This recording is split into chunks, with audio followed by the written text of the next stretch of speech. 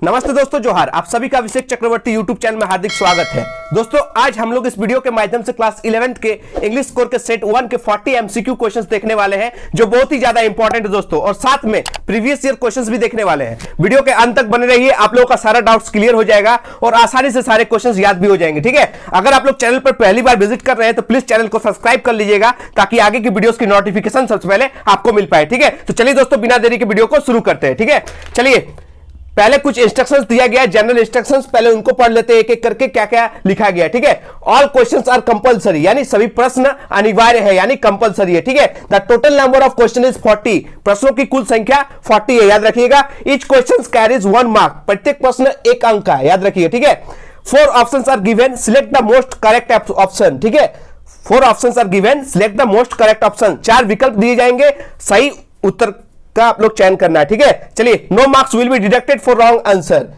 कोई भी गलत उत्तर के कोई भी अंक नहीं काटे जाएंगे। श्योर रहिएगा, 40 के 40 क्वेश्चंस आप लोग को बना के आना है। अगर एक दो गलत भी हो जाएगा तो आपके नंबर नहीं कटने वाले हैं। ठीक है, श्योर हो जाइए।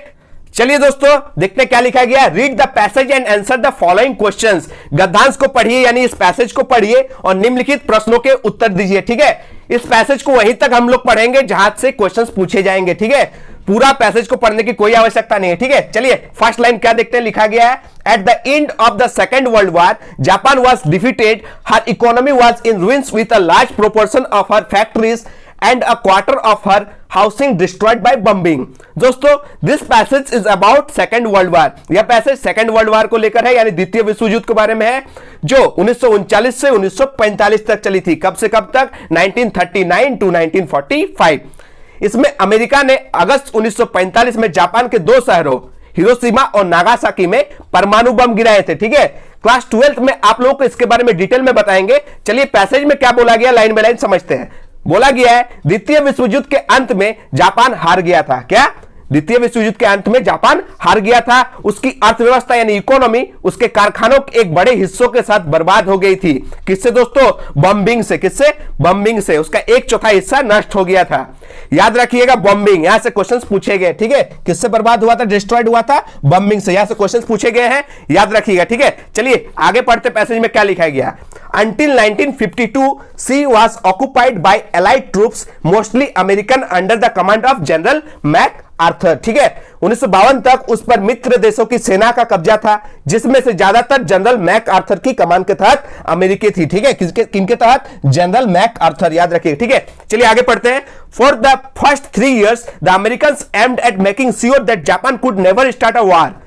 She was forbidden from having armed forces and was given a democratic constitution। ठीक है, पहले 3 वर्षों के लिए अमेरिकियों का लक्ष्य यह सुनिश्चित करना था कि जापान कभी युद्ध शुरू ना कर सके। उसे सशस्त्र बल रखने से मना किया गया था और उसे एक डेमोक्रेटिक कॉन्स्टिट्यूशन यानी लोकतांत्रिक संविधान दिया गया था। याद रखिएगा। ठीक है, देखते हैं नेक्स्ट क्या लिखा गया। Americans did not at this stage seem concerned about restoring the Japanese economy. ठीक है, अमेरिकियों ने इस स्तर पर जापानी अर्थव्यवस्था को बहाल करने के बारे में चिंतित भी नहीं किया था। ठीक है, उसके बाद देखते हैं दोस्तों क्या लिखा गया है। बट क्या लिखा गया? But 1948, but during 1948 the American attitude gradually changed as the Cold War developed, as the Cold War developed। ठीक है, लेकिन 1948 के दौरान शीत युद्ध के विकसित होते ही अमेरिकियों का रवैया यानी एटीट्यूड धीरे धीरे बदल गया था। ठीक है दोस्तों, द्वितीय विश्व युद्ध यानी सेकेंड वर्ल्ड वॉर की समाप्ति के तुरंत बाद ही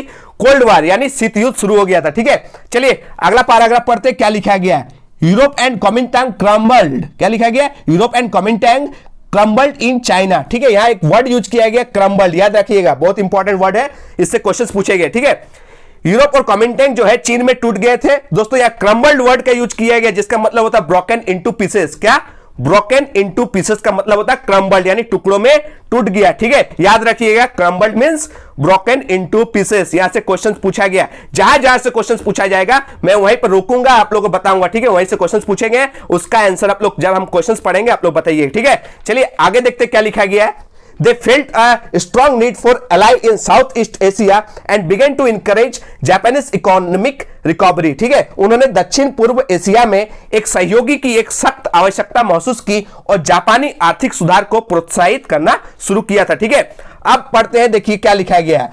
फ्रॉम 1950, ये याद रखिएगा, यहां से क्वेश्चंस पूछेंगे, ठीक है। From 1950 industry developed rapidly and by 1953 production had reached a high level. 1950 से उद्योग तेजी से विकसित हुआ। कब से दोस्तों?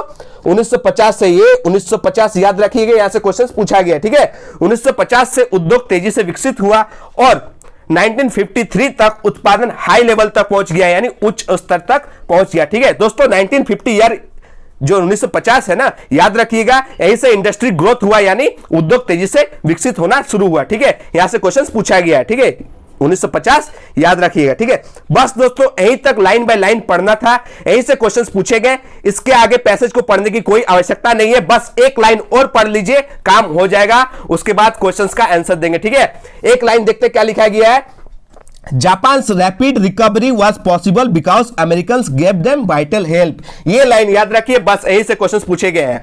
अमेरिका जो जापान्स है, Japan's rapid recovery was possible because Americans gave them vital help. कैसा हेल्प दिया था दोस्तों? वाइटल हेल्प, ठीक है। जापान का तेजी से ठीक होना संभव था क्योंकि अमेरिकियों ने उन्हें वाइटल हेल्प दी थी, यानी महत्वपूर्ण मदद दी थी, ठीक है। या वाइटल, ये जो वाइटल हेल्प है याद रखिएगा, यहां से क्वेश्चंस पूछा गया, ठीक है। चलिए अब फटाफट क्वेश्चंस देखते हैं, उसका आंसर देते हैं। पहला क्वेश्चन क्या लिखा गया? How was Japan's industry destroyed. Japan का जो इंडस्ट्री था कैसे डिस्ट्रॉयड हुआ, कैसे बर्बाद हुआ? मैंने बताया था ना, बॉम्बिंग से। किससे? बॉम्बिंग से। Option B is the correct answer, याद रख लीजिएगा, ठीक है। चलिए क्वेश्चन 2 देखते हैं क्या लिखा गया है। Which country has given security to Japan? Japan को कौन सा कंट्री सिक्योरिटी दिया था दोस्तों? इसका आंसर हो जाएगा option C is the correct answer, USA. पूरा नाम यूनाइटेड स्टेट ऑफ अमेरिका, यानी संयुक्त राज्य अमेरिका, ठीक है। चलिए क्वेश्चन नंबर 3 की ओर बढ़ते, क्या पूछा गया है। From which year the growth did of industries begin in Japan? Japan में उद्योगों का विकास किस वर्ष से शुरू हुआ था दोस्तों? मैंने बताया था ना 1950, याद कर लीजिएगा, option A is the correct answer. बस 1950 से ही इंडस्ट्री ग्रोथ करना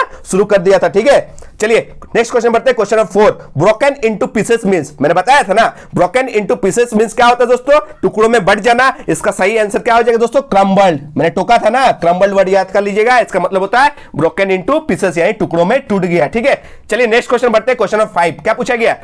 the Americans gave Japan dash help. Americans जो है जापान को कैसा हेल्प दिया था, कैसा मदद दिया था दोस्तों? मैंने बताया था ना, वाइटल हेल्प दिया था। कैसे दिया था? वाइटल हेल्प दिया था। Option C is the correct answer, याद रखिएगा, ठीक है। वाइटल हेल्प, ठीक है। चलिए नेक्स्ट क्वेश्चन बढ़ते हैं, क्वेश्चन नंबर 6 में क्या पूछा गया? Which was the favourable area for Japan for the purpose of investment, ठीक है। इन्वेस्टमेंट यानी निवेश की दृष्टि से जापान के लिए कौन सा क्षेत्र अनुकूल था? इसका आंसर क्या हो जाएगा दोस्तों? Option B is the correct answer, industry, ठीक है। यही से क्वेश्चन पूछे गए हैं दोस्तों पैसेज से। क्वेश्चन नंबर 7 देखते हैं।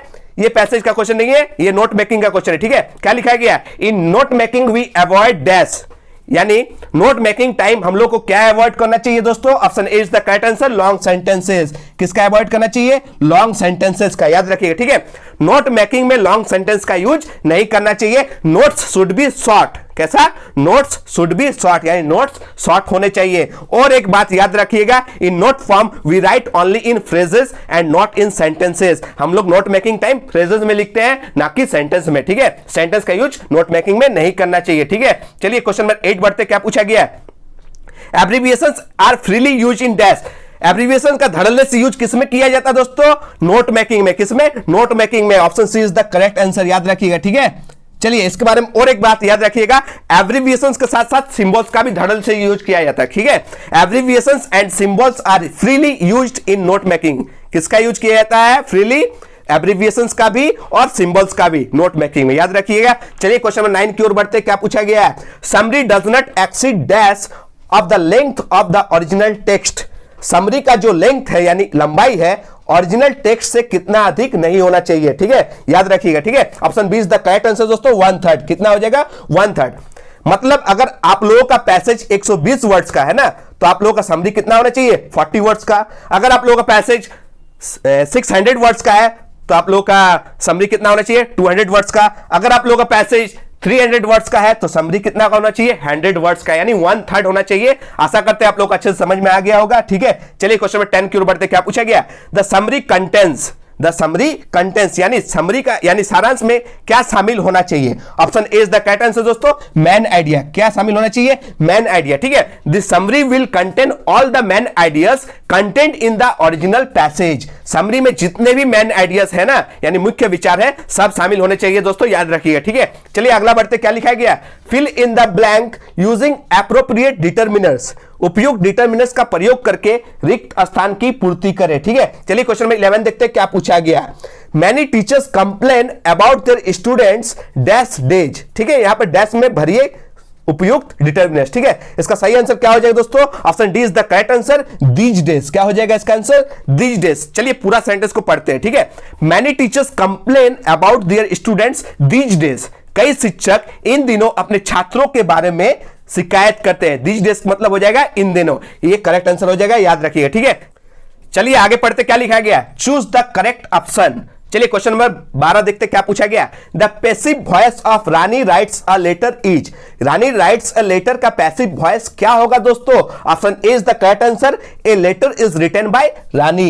ए letter is written by Rani, यहां फुल स्टॉप होना चाहिए था दोस्तों, ठीक है। A letter is written by Rani, ठीक है। चलिए क्वेश्चन नंबर 13 में देखते क्या पूछा गया। The active voice of a book is being read by me is. यहां पैसिव में दिया गया है, आप लोगों को एक्टिव में बनाना है, ठीक है। इसका करेक्ट आंसर क्या होगा दोस्तों, option A is the correct answer, I am reading a book. क्या हो जाएगा, I am reading a book. मी बन जाता है आई, क्या बन जाता है, मी बन जाता है आई, और आई के साथ क्या लगता है दोस्तों, एम। क्या लगता है, एम, और एम के साथ क्या लगता है, बिफोर, यानी रीडिंग। क्या होता है, रीडिंग, याद रखिएगा। तो पूरा आंसर क्या हो जाएगा, I am reading a book, ठीक है। चलिए आगे पढ़ते, क्या लिखा गया है। Fill in the blanks with correct form of tense. Tense का सही फॉर्म यूज करके रिक्त स्थानों की पूर्ति कीजिए, ठीक है। चलिए क्वेश्चन 14 देखते क्या पूछा गया। Mister Jamuna Prasad dash a walking stick when he steps out. इसका आंसर क्या हो जाएगा दोस्तों, option A is the correct answer, carries हो जाएगा, क्योंकि मिस्टर जमुना प्रसाद के साथ कभी भी कैरी नहीं होगा, ठीक है। इसके साथ V5 ही नहीं लगता है टेंस में। जैसे ही, सी, ईट, कोई भी एक सिंगुलर नाम होता है तो उसके साथ क्या लगता है, V5, यानी एस या ES फॉर्म लगता है, याद रखिएगा। इसका आंसर क्या हो जाएगा, carries. Option A is the correct answer. पूरा सेंटेंस को पढ़ते हैं। Mister Jamuna Prasad carries a walking stick when he steps out. Mister Jamuna Prasad जब बाहर निकलते हैं तो एक छड़ी लेकर चलते हैं, याद रखिएगा, ठीक है। चलिए क्वेश्चन 15 को बढ़ते हैं, क्या पूछा गया। Ravi is not at home, he dash out playing football. इसका करेक्ट आंसर क्या हो जाएगा दोस्तों, option A is the correct answer, ठीक है, याद रखिएगा। इज, क्या हो जाएगा, इज, ठीक है। चलिए पढ़ते हैं। Ravi is not at home, he is out playing football. Ravi घर पर नहीं है, वह बाहर फुटबॉल खेल रहा है, ठीक है। इसका करेक्ट आंसर क्या हो जाएगा, इज, ठीक है, क्योंकि ही के साथ इज लगता है ना। चलिए आगे बढ़ते हैं। क्वेश्चन नंबर 16 देखते हैं क्या पूछा गया। Can you help me, I dash have money. Can you help me, I dash have money. इसका करेक्ट आंसर क्या हो जाएगा दोस्तों, option A is the correct answer. क्या हो जाएगा, डू नॉट। क्या हो जाएगा, डू नॉट, ठीक है, क्योंकि आई के साथ डजंट नहीं लगता, यानी डज नॉट नहीं लगता है, डू नॉट लगता है, ठीक है, याद रखिएगा। पूरा सेंटेंस पढ़ते क्या लिखा गया। Can you help me, I do not have money. क्या आप मेरी मदद कर सकते हैं, मेरे पास पैसे नहीं है, ठीक है। चलिए दोस्तों आगे पढ़ते हैं, क्या लिखा गया। Choose the correct option. Choose the correct option, यानी सही ऑप्शन को चूज कीजिए, ठीक है। चलिए क्वेश्चन 17 पढ़ते क्या लिखा गया है। An potato is an vegetable not a fruit. पढ़ने से विचित्र लग रहा है ना, एन पटेटो कभी लगता है नहीं ना दोस्तों। इस सेंटेंस में जो एरर है यानी गलती है उसको फाइंड आउट करना है और इसका करेक्ट ऑप्शन हम लोग को देखना है क्या लिखा गया, ठीक है। चलिए option B is the correct answer. क्या हो जाएगा, ए और ए, ठीक है। पहले लगता है इसलिए बड़ा ए कैपिटल में लगेगा, उसके बाद हम लोग छोटा ए का यूज करेंगे, ठीक है। तो पढ़ने से कैसे लगेगा, a potato is a vegetable not a fruit. यहां एन नहीं लगना चाहिए, ए लगना चाहिए, और यहां पर भी एन नहीं लगना चाहिए, ए लगना चाहिए, इसलिए इसका आंसर क्या हो जाएगा, बी। क्या हो जाएगा, option B is the correct answer. क्या पढ़ेंगे, a potato is a vegetable not a fruit. ये जो पटेटो होता है ना वो वेजिटेबल है, फ्रूट नहीं है, ठीक है। चलिए क्वेश्चन नंबर 18 देखते हैं क्या पूछा गया है। The black cow were being chased by the white horse, ठीक है। यहां पर तो देख सकते हैं ब्लैक काउ लिखा हुआ है। काउ क्या होता है, सिंगुलर होता है। काउस रहता है तो चलिए वेर सही होता है। यहां पर काउ यानी सिंगुलर है, सिंगुलर के साथ कभी भी वेर नहीं लगता। यहां एक फॉल्ट है ना, यहां काउ के साथ क्या होना चाहिए था, वाज होना चाहिए था, ठीक है। चलिए उसके बाद देखते हैं बीइंग चेस्ड। बीइंग के साथ V3 लगता है, यानी चेस कभी भी नहीं हो सकता है, चेस्ट होना चाहिए। चलिए आंसर इसका क्या हो जाएगा सही, option C is the correct answer, was being chased. Was being chased, याद रखिएगा। काउ के साथ कभी वेर नहीं लगता है, वाज लगता है, और बीइंग के साथ कभी भी चेस नहीं होगा, चेस्ट होगा, ठीक है। चलिए option C is the correct answer. चलिए आगे बढ़ते क्या लिखा गया, क्वेश्चन नंबर 19 पढ़ते, ठीक है। I was given a prize by the head, मुझे हेड यानी मुखिया द्वारा प्राइज यानी पुरस्कार दिया गया। ठीक है दोस्तों, इस सेंटेंस में कोई भी एरर यानी गलती नहीं है, इसलिए option D is the correct answer. No correction, कोई भी सुधार की आवश्यकता नहीं है। ठीक है, चलिए क्वेश्चन नंबर 20 देखते हैं क्या पूछा गया। Sita will come when she finished work, Sita will come when she finished work, यहां क्या हो जाएगा दोस्तों, option B is the correct answer हो जाएगा। व्हेन और एक जगह हो जाएगा फिनिश्ड की जगह फिनिशेस। ठीक है, या व्हेन तो सही है, या फिनिश्ड की जगह क्या हो जाएगा, बस फिनिशेस हो जाएगा। ठीक है, काम खत्म होने पर सीता आएगी। ठीक है, चलिए आगे पढ़ते क्या लिखा गया है। Rearrange the parts of the sentence in correct order, rearrange करना है, जितना पार्ट्स दिया गया ना टुकड़ा टुकड़ा में उसको रीअरेंज यानी फिर से सजाना है और अच्छे से सेंटेंस बनाना है यानी करेक्ट सेंटेंस बनाना है। ठीक है, वाक्य में कुछ हिस्से को सही क्रम में पुनः व्यवस्थित करना है। ठीक है, इसको पहले हम अच्छे से समझाते हैं आप लोगों को। जैसे मेरा नाम को ले लेते हैं, टुकड़ा टुकड़ा में बांट के, जैसे इज दे देते हैं, ऑब्लिक दे देते हैं, माई दे देते हैं, ऑब्लिक दे देते हैं, नेम दे देते हैं। ठीक है, इस तरह करके टुकड़ा में बांटते हैं। ठीक है, उसके बाद अनिमेश दे देते हैं। ठीक है, उसके बाद चक्रवर्ती दे देते हैं। ठीक है, तो इसको सुधारेंगे कैसे, मेरा नाम को अच्छे से कैसे सेंटेंस में बोलेंगे, माय नेम इज अनिमेश चक्रवर्ती। ठीक है, देखिए कैसे सिस्टम में सजाया गया, पहले इज दे दिया तो होगा नहीं ना, उसके बाद माय, पहले माय होना चाहिए, तो पूरा सेंटेंस को सही से कैसे सजाएंगे, माय नेम इज अनिमेश चक्रवर्ती यानी मेरा नाम अनिमेश चक्रवर्ती है। ठीक है, इस तरह सजा कर बोलेंगे। इसी तरह आप लोगों को टुकड़ा टुकड़ा में दे दिया गया है, आप लोगों को सही ऑप्शन चूज करके अच्छा सेंटेंस बनाना है। ठीक है, जिसका मतलब निकलना चाहिए। ठीक है, चलिए क्वेश्चन नंबर 21 को सही से अरेंज करके देखते हैं। ठीक है, चलिए, lemon is a useful tonic, पहले क्या लेंगे, पी, लेमन इज ए, उसके बाद क्या लेंगे, यूजफुल टॉनिक यानी पी के बाद लेंगे हम लोग आर। ठीक है, lemon is a useful tonic for anyone, उसके बाद हम लोग लेंगे क्यू, क्या हो जाएगा, lemon is a useful tonic for anyone, उसके बाद हम लोग एस को लेंगे यानी विद कार्डियक प्रॉब्लम। पूरा सेंटेंस को अच्छे से पढ़ते हैं और उसका मीनिंग भी आप लोगों को समझाते हैं। ठीक है, lemon is a useful tonic for anyone with cardiac problem यानी हृदय की समस्या वाले किसी व्यक्ति के लिए नींबू एक उपयोगी टॉनिक है। ठीक है, option C is the correct answer. ठीक है, पहले हम लोग पी का यूज किए, फिर हम लोग आर का यूज किए, फिर हम लोग क्यू का यूज किए, फिर हम लोग एस का यूज, ऐसा सही ऑप्शन किसमें, ऑप्शन सी में। ठीक है, आप लोगों को समझ में आ गया होगा। ठीक है, चलिए दोस्तों क्वेश्चन नंबर 22 की ओर बढ़ते हैं। इसमें भी देखिए टुकड़ों में बांट दिया गया है। ठीक है, इसको सही से यूज करना है और एक करेक्ट आंसर निकालना। ठीक है, पहला क्या हो जाएगा, इट इज, क्या हो जाएगा, इट इज यानी पी। ठीक है, उसके बाद गुड फॉर यानी आर, उसके बाद हो गया it is good for checking the, क्या हो जाएगा, चेकिंग द यानी एस, उसके बाद प्रोग्रेशन ऑफ इन्फेक्शन। पूरा सेंटेंस कैसे पढ़ेंगे दोस्तों, it is good for checking the progression of infection, या इन्फेक्शन यानी संक्रमण की प्रगति की जांच के लिए अच्छा है। Option B is the correct answer दोस्तों, पी आर एस क्यू, क्या हो जाएगा, पी आर एस क्यू। ठीक है दोस्तों, क्वेश्चन नंबर 22 तक अभी जो मैंने आप लोगों को बताया वो कॉम्प्रिहेंशन सेक्शन और ग्रामर सेक्शन से क्वेश्चन पूछे गए थे। अब जो क्वेश्चन नंबर 23 से 40 तक आप लोगों का जो है टेक्स्ट बुक से क्वेश्चन पूछे जाएंगे। यहां क्वेश्चन नंबर 23 से 27 तक, कहां से कहां तक, 23 से 27 तक आप लोगों के टेक्स्ट बुक हॉर्नविल के प्रोज सेक्शन के चैप्टर 1 से क्वेश्चंस पूछे जाएंगे, 5 क्वेश्चन। ठीक है, चैप्टर का नाम है the portrait of a lady, फिर से सुन लीजिएगा, चैप्टर का नाम क्या है, the portrait of a lady, और ऑथर यानी लेखक का नाम है खुशवंत सिंह। ठीक है, चलिए क्वेश्चन नंबर 23 से 27 तक यानी 5 क्वेश्चन धड़ल्ले से हम लोग करते हैं। पहला क्वेश्चन देखते हैं 23 में क्या पूछा गया।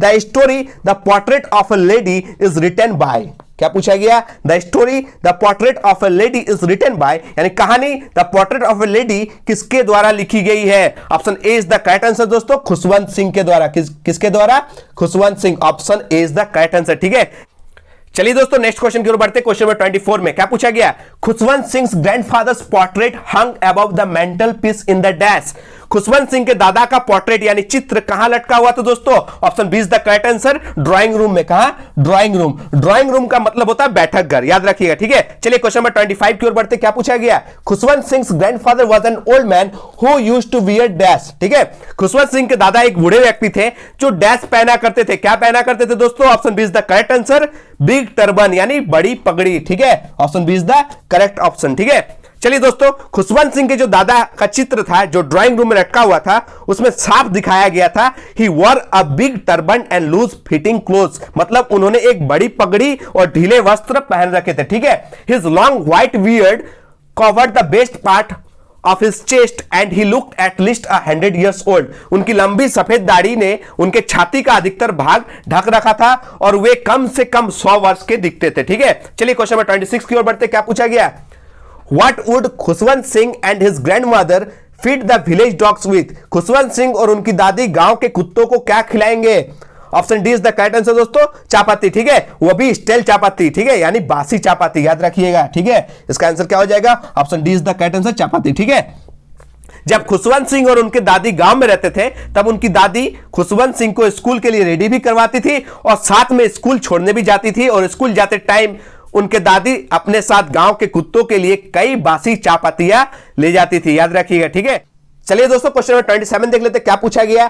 The grand mother believed that the education should be dash. दादी का मानना था शिक्षा किस बेसिस पे होना चाहिए दोस्तों? Option A is the correct answer, religion based पे, किस पर? धर्म पे आधारित होने चाहिए, क्योंकि खुशवंत सिंह की जो दादी थी ना वो एक रिलीजियस लेडी थी, यानी धार्मिक लेडी थी, ठीक है दोस्तों। इस लेसन के 5 क्वेश्चंस का आंसर मैंने आप लोगों को अच्छे से समझा के बता दिया, बट अब आप लोगों से इस लेसन के 5 इंपॉर्टेंट क्वेश्चंस पूछने जा रहा हूं। आप लोगों को पांचों क्वेश्चंस का आंसर कमेंट बॉक्स में जरूर देना है, ठीक है, बताइएगा, ठीक है। चलिए पहला क्वेश्चन स्क्रीन पर आप लोग देख सकते हैं, बहुत ही इंपॉर्टेंट क्वेश्चन है जो एग्जाम में पूछे भी गए हैं।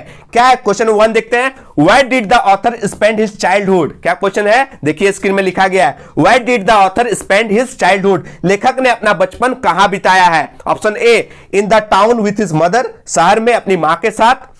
Option B, in the town with his parents, शहर में अपनी मम्मी पापा के साथ। Option C, in the village with his father, गांव में अपने पापा के साथ। Option D, in the village with his grandmother, गांव में अपनी दादी के साथ। जो भी ऑप्शन करेक्ट होगा कमेंट बॉक्स में आप लोग उत्तर जरूर दीजिएगा, ठीक है। चलिए नेक्स्ट क्वेश्चन आप लोग स्क्रीन में देख सकते हैं, question number 2।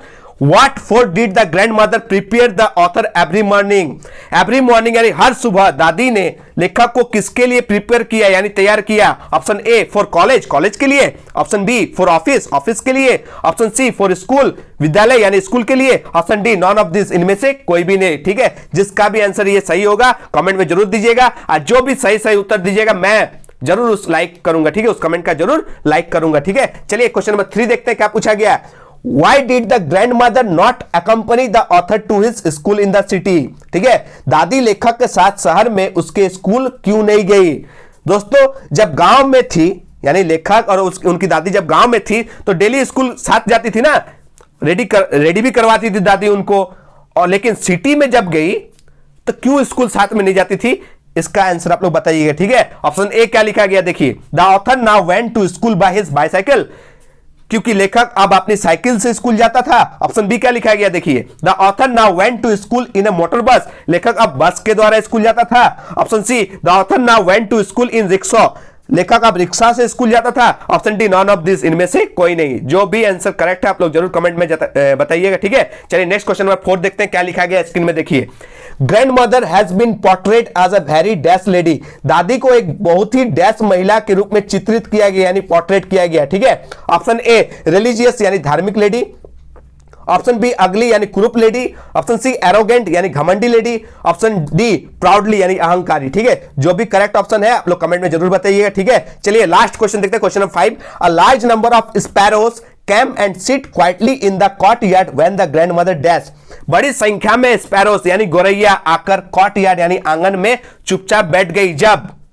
Option A died, जब दादी मर चुकी थी। ऑप्शन बी वॉक, जब दादी टहल रही थी। ऑप्शन सी सैंग, जब दादी गा रही थी। ऑप्शन डी लाफ्ट, जब दादी हंस रही थी। जिनका भी आंसर सही होगा मैं जरूर लाइक करूंगा। इस तरह से इस लेसन के 10 VBI क्वेश्चंस हो गया, ठीक है। 5 क्वेश्चंस का आंसर मैंने बताया, 5 इंपॉर्टेंट क्वेश्चंस का उत्तर आप लोग कमेंट बॉक्स में जरूर दीजिएगा, ठीक है दोस्तों। क्वेश्चन नंबर 28 से 32 तक आप लोगों से इंग्लिश का सेकंड बुक यानी स्नैपशॉट से लेसन 1 से क्वेश्चंस पूछे गए हैं। लेसन का नाम है the summer of the beautiful white horse. क्या नाम है दोस्तों? The summer of the beautiful white horse, जिनके लेखक का नाम यानी ऑथर का नाम विलियम सेरोयान है। याद रखिएगा, लेखक का नाम क्या है? विलियम सेरोयान, ठीक है दोस्तों। This story is about two poor Armenian boys who belong to a tribe whose hallmarks are trust and honesty, ठीक है दोस्तों। यह कहानी 2 पुअर आर्मेनियन बॉयज का है जो एक ऐसे ट्राइब से यानी कबीले से बिलोंग करते हैं जो अपने ट्रस्ट यानी विश्वास और ऑनेस्टी यानी ईमानदारी के लिए जाने जाते हैं, ठीक है। इन 2 बॉयज का नाम दोस्तों यानी लड़कों का नाम याद रखिएगा, अरम एंड मुराद। क्या दोस्तों, क्या नाम था दोनों का? अरम और मुराद, याद रखिए, ठीक है। चलिए क्वेश्चन नंबर 28 देख लेते, क्या पूछा गया है। Who is the author of the Summer of the Beautiful White Horse? मैं थोड़ी देर पहले आपको बताया था कि इस लेसन का ऑथर यानी लेखक कौन है दोस्तों। Option D is the correct answer, William Saroyan, याद रखिएगा, ठीक है। चलिए क्वेश्चन नंबर 29 देख लेते, क्या पूछा गया।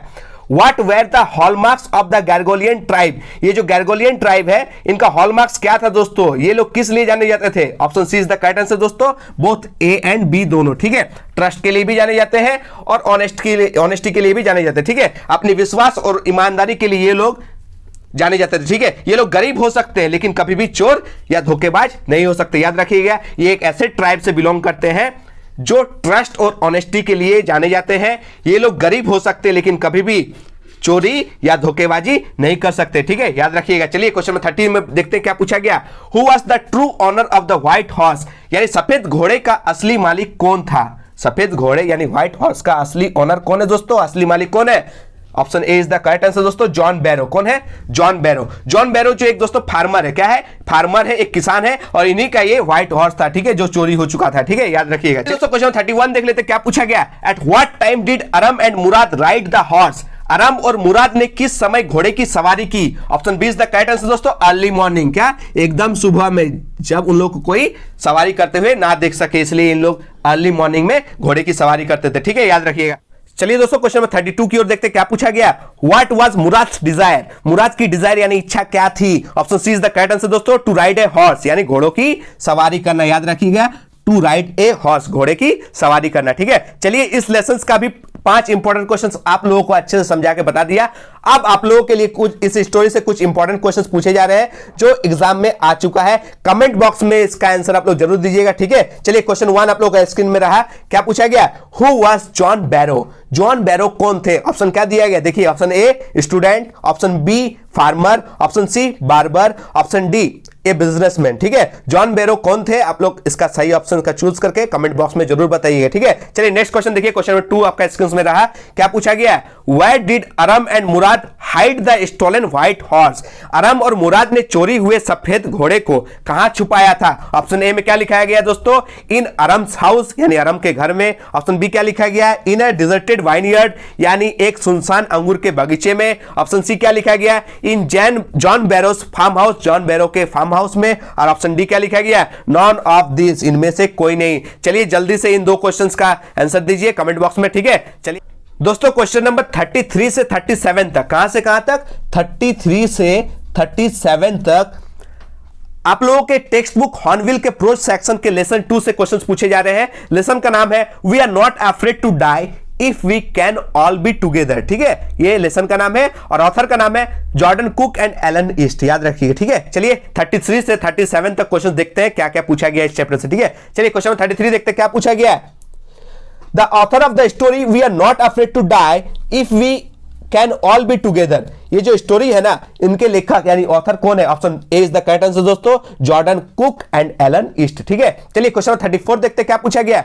The narrator and his wife spent 16 years to improve their dash, ठीक है।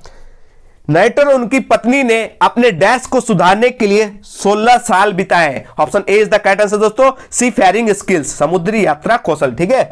ऑप्शन ए याद रखिएगा, ये होगा करेक्ट आंसर, ठीक है। चलिए क्वेश्चन 35 देखते क्या पूछा गया है। 200 years ago round the world voyage was made by dash, ठीक है। 200 साल पहले दुनिया भर की यात्रा किसके द्वारा की गई थी? Option A is the correct answer दोस्तों, कैप्टन जेम्स कुक। क्या हो जाएगा इसका आंसर, कैप्टन जेम्स कुक, ठीक है। चलिए क्वेश्चन नंबर 36 देखते क्या पूछा गया।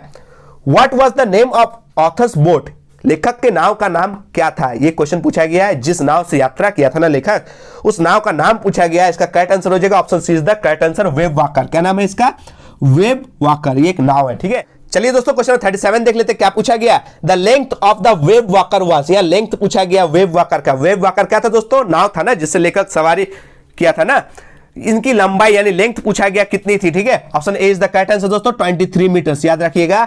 वेब वॉकर की लंबाई कितनी थी दोस्तों, 23 मीटर्स, ठीक है। चलिए आप लोगों के लिए एक क्वेश्चन है, वेब वॉकर की वजन कितनी थी, ठीक है। वेब वॉकर का वजन कितना था, स्क्रीन में देख सकते हैं क्वेश्चन क्या लिखा गया। The weight of the Wavewalker was, option A 20 ton यानी 20 ton, option B 30 ton, option C 40 ton, option D 60 ton. जो भी करेक्ट ऑप्शन होगा दोस्तों आप लोग जरूर कमेंट बॉक्स में इसका आंसर बताइएगा, ठीक है। चलिए अब आप लोगों से क्वेश्चन नंबर 38 से 40 तक पोएट्री सेक्शन से, किससे, पोएट्री सेक्शन से क्वेश्चंस पूछे गए हैं। पोएम का नाम है the voice of the rain. क्या नाम है पोएम का, the voice of the rain. और पोएट का नाम है वाल्ट व्हिटमैन, ठीक है। क्या नाम है पोएट का, वाल्ट व्हिटमैन, ठीक है। चलिए क्वेश्चन 38 देख लेते क्या पूछा गया। Who is the poet of the poem, who is the poet of the poem the voice of the rain. ये जो the voice of the rain जो पोएम है उनके कवि का नाम पूछा गया, उनका पोएट का नाम पूछा गया। इसका सही आंसर क्या हो जाएगा दोस्तों? Option B is the correct answer, Walt Whitman. क्या हो जाएगा? वाल्ट व्हिटमैन, याद रखिएगा। ठीक है, चलिए क्वेश्चन नंबर 39 की ओर बढ़ते। क्या पूछा गया? Poem of the earth phrase का अर्थ क्या है? Poem of the earth phrase का अर्थ क्या है? What is the meaning of the phrase the poem of the earth? ठीक है दोस्तों, option B is the correct answer, rain gives the same pleasure to earth as the poem gives to humans. याद रखिएगा, option B is the correct answer. इसका हिंदी समझते हैं, बारिश धरती को वैसा ही आनंद देती है जैसा कविता इंसानों को देती है। ठीक है, ये हो जाएगा इसका करेक्ट ऑप्शन। ठीक है, चलिए आज का क्वेश्चन देख लेते हैं क्या लिखा गया क्वेश्चन नंबर 40 में। What was strange to tell in the poem the voice of the rain? The voice of the rain कविता में बताने के लिए क्या अजीब था? Option A is the correct answer दोस्तों, the rain replied to the poet's question. बारिश ने कवि के प्रश्न का उत्तर दिया। ये आश्चर्य वाली चीज थी, ये स्ट्रेंज चीज थी। ठीक है, याद रखिएगा, the rain replied to the poet's question, यानी बारिश ने कवि के प्रश्न का उत्तर दिया था। ठीक है, चलिए दोस्तों, आप लोगों के लिए एक क्वेश्चन है जो 2019 में पूछा गया था। ठीक है, देखिए आप लोगों के स्क्रीन में क्या लिखा गया है। The poet Walt Whitman asked a question and who art thou Who does thou refer to? कवि वाल्ट व्हिटमैन एक प्रश्न पूछते हैं और तुम कौन हो? यहां पर दो किससे संबंधित है? ठीक है, ऑप्शन ए क्या लिखा गया है? The moonlight, option B the sunshine, option C the earth, option D the soar. ठीक है, इसका करेक्ट आंसर जो भी होगा आप लोग कमेंट बॉक्स में जरूर इसका आंसर दीजिएगा। ठीक है, तो इस तरह से दोस्तों हम लोगों ने सेट 1 के सारे क्वेश्चंस इस वीडियो के माध्यम से कर लिया और साथ ही बहुत सारे एग्जाम रिलेटेड क्वेश्चंस आप लोगों से पूछे भी। ठीक है, जिसका उत्तर आप लोगों ने जरूर कमेंट बॉक्स में दे दिए होंगे। ठीक है, और अगर आप लोगों को इंग्लिश का और भी वीडियोस जल्दी चाहिए तो प्लीज कमेंट में अपना राय दीजिएगा, ताकि मैं जल्दी से जल्दी आप लोगों को इंग्लिश की नेक्स्ट वीडियोस प्रोवाइड कर पाऊं। और भी किसी सब्जेक्ट का वीडियोस आप लोगों को चाहिए तो प्लीज कमेंट में बताइएगा, मैं जरूर आप लोगों को प्रोवाइड करने की कोशिश करूंगा। ठीक है दोस्तों, अगर इस वीडियो में आप लोगों को थोड़ी सी भी हेल्पफुल साबित लगी, थोड़ी भी हेल्पफुल लगी तो please like share and comment करके अपना फीडबैक देना ना भूलें। तब तक के लिए धन्यवाद। जय हिंद, वंदे मातरम।